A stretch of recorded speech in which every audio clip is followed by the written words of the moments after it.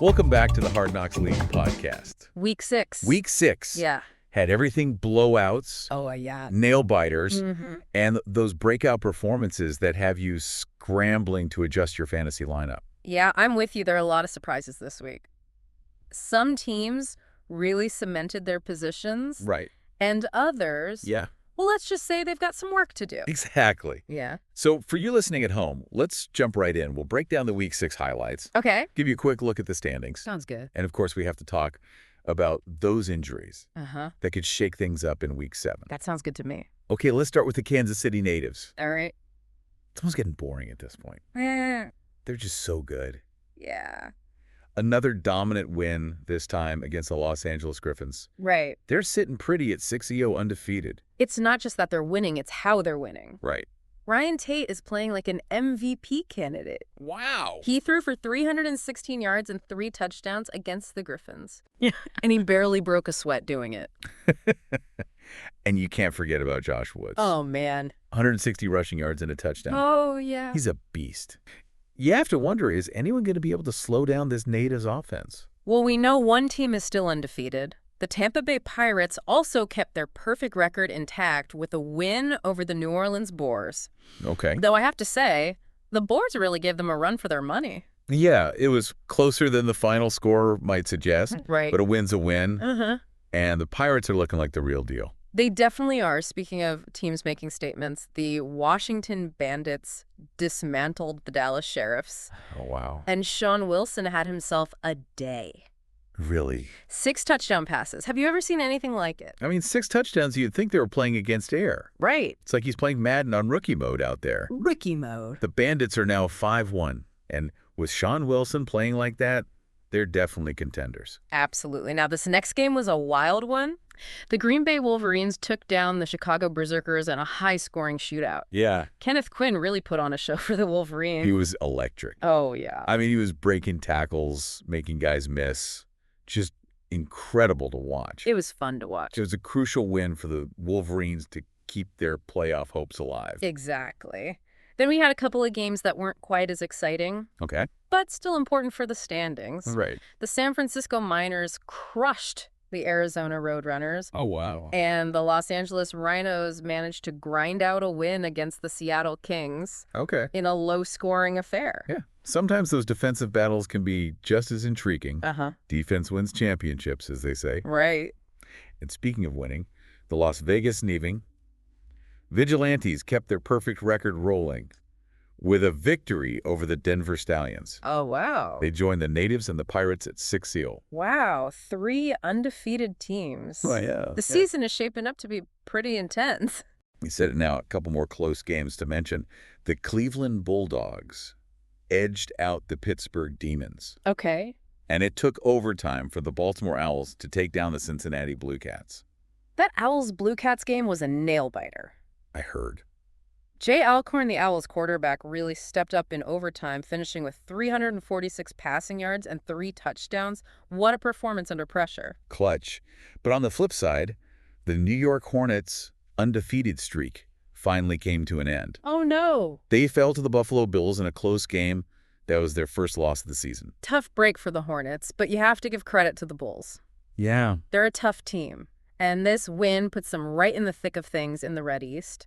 Right. It's going to be a tight race to the finish line in that division. For sure. And we even had a couple of teams finally break into the win column this week. Oh, nice. The New England Marauders got their first win against the Miami Sharks. Yeah. And the Tennessee Vipers also snagged their first win against the Jacksonville Wildcats.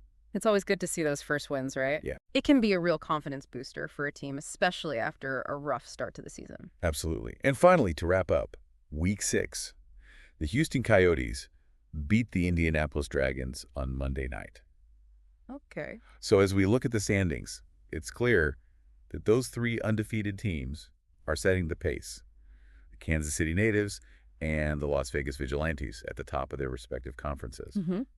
And the Tampa Bay Pirates are looking strong in the Red South. And the Washington Bandits are right there with them, dominating the Red East with a 5-1 record. Yeah. But let's not forget about the teams who are still fighting for a playoff spot. Yeah. There are a lot of teams hovering around the .500 mark, Mm-hmm. and every game from here on out is going to be crucial. Absolutely. It's getting down to crunch time. But before we jump into the playoff picture, We need to talk about those injuries. Yeah. Seems like every week we see another star player go down. Yeah, it's unfortunate, but it's part of the game. And it can have a huge impact on a team's chances. Let's take a look at the Hard Knocks injury report. Some big names are on here, and you know what that means? Oh, yeah. Fantasy owners are sweating. Yeah, injuries are a nightmare for fantasy, but even beyond our fantasy teams, these injuries can really shake up the power dynamics in the league. Absolutely. One of the most significant injuries this week is DeAndre Baldwin, the Washington Bandits star middle linebacker. He's still out for another week with that ACL injury. That's a huge blow to their defense, especially with that Week 7 matchup against the undefeated Tampa Bay Pirates looming. Man, that Bandits-Pirates game is going to be epic. The unstoppable force meets the immovable object. I can't wait to see how the Bandits' defense manages without Baldwin. It's going to be a real test for them. And speaking of question marks, another player whose status is up in the air is Shane Fowler, the Los Angeles Rhinos' cornerback. He's recovering from that head injury, and there's a 50% chance he could return this week. You know, head injuries are always scary. It's not just about missing a game or two. It's about the long-term health of these players. Hopefully Fowler takes the time he needs to fully recover. I agree. And another big name on the injury report is Robert Smith, the Carolina Raptors wide receiver. He's out for at least 4 more weeks with a knee injury. He was having a phenomenal season before going down, so this is a major setback for the Raptors. It's a shame to see so many talented players sidelined, but it's a reminder that this league is a marathon, not a sprint. Depth is going to be crucial for any team that wants to make a deep playoff run. That's a great point. You can have all the star power in the world, but if you don't have the depth to withstand injuries, you're not going to go far. Okay, so we've talked about the Week 6 results, the current standings, and the key injuries. But what about looking ahead to Week 7? There were some juicy matchups on the schedule. Oh, yeah. Week 7 is going to be fire. Yeah. I mean, you've got the Bandits-Pirates showdown. We already talked about that one is going to be a classic. Definitely. But beyond that, there are some other intriguing matchups that could have major implications for the playoff race, for example. The Cincinnati Blue Cats are taking on the Los Angeles Griffins.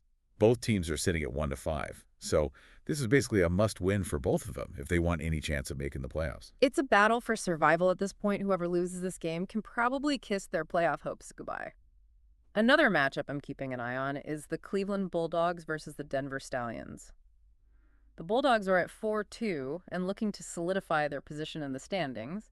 The Stallions, on the other hand, are at 1-5 and desperate for a win. Yeah, this could be a trap game for the Bulldogs. If they overlook the Stallions, they could be in for a rude awakening. Right, you can't underestimate any opponent in this league, any given Sunday and all that. So true.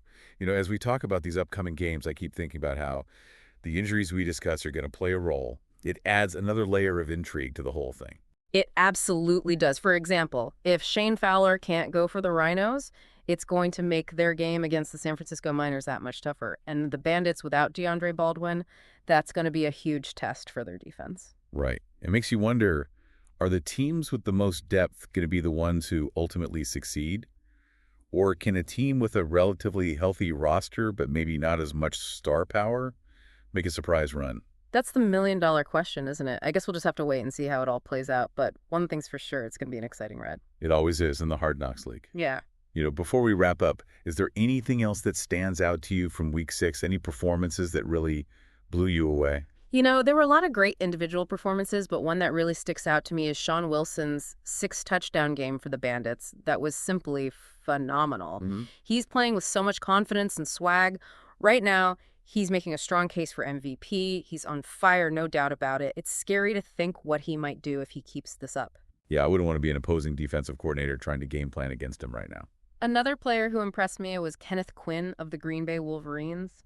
He's so elusive, so dynamic. He's like a human highlight reel. He's a game changer, for sure. He's got that rare combination of speed, agility, and vision that you just can't teach, and he's only getting better. Right. And we can't forget about Josh Woods of the Kansas City Natives. He's a workhorse back there, and he's a big reason why the Natives are undefeated.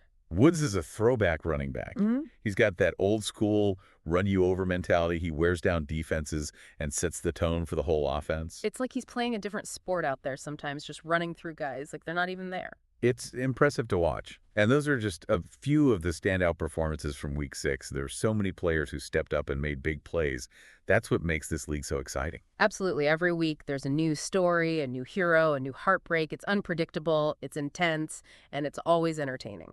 Well said. You know, as we look ahead to Week 7, I can't help but feel like this season is going to come down to the wire. There are so many teams that are still in the mix, and the playoff race is wide open. I agree. It's going to be a wild ride to the finish line. And you know what? I wouldn't have it any other way. So before we let you go, what's one bold prediction you have for the rest of the season? Something that might surprise our listeners. Ooh, a bold prediction. Okay, here's one for you. I think the Denver Stallions are going to sneak into the playoffs. Oh, hold on. The Stallions, they're 1-5. What makes you think they can turn it around? Well, they've had a tough schedule so far, but I think they're better than Dagers. Their record indicates their defense is starting to gel, and their offense has the potential to be explosive. Plus, they got a favorable schedule down the stretch. Mark my words, the Stallions are going to be a team to watch in the second half of the season. Okay, that's a bold one. I'm not sure I'm buying it just yet, but I'll definitely be keeping an eye on them. You should remember this conversation when they're hoisting that trophy at the end of the season.